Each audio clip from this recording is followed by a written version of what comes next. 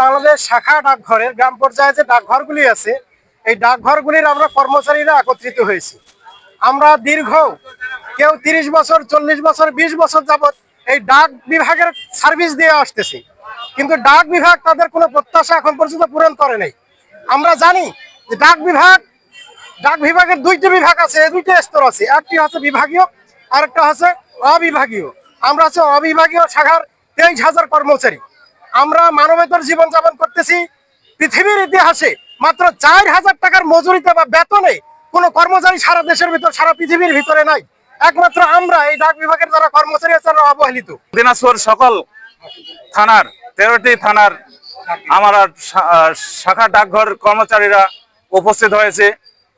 সত্যি কথা বলতে আমরা এত অবহেলিত। আমাদের সারা বাংলাদেশের ডাক বিভাগ আছে, এই ডাক বিভাগের একটাই ডাক বিভাগ, নিয়ম একটাই হওয়া উচিত, কিন্তু সেখানে দুইটি নিয়ম।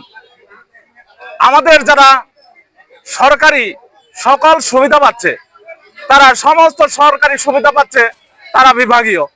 আর আমরা যারা অবিভাগীয় আছি, যারা বিভিন্ন থানা লেভেলে আছি, গ্রাম পর্যায়ে আছি, সারা দিন ভর আমরা চিঠি ইস্যু করতেছি, চিঠি বিলি করতেছি, এবং দিন শেষে আমরা মাস শেষে কত পাচ্ছি?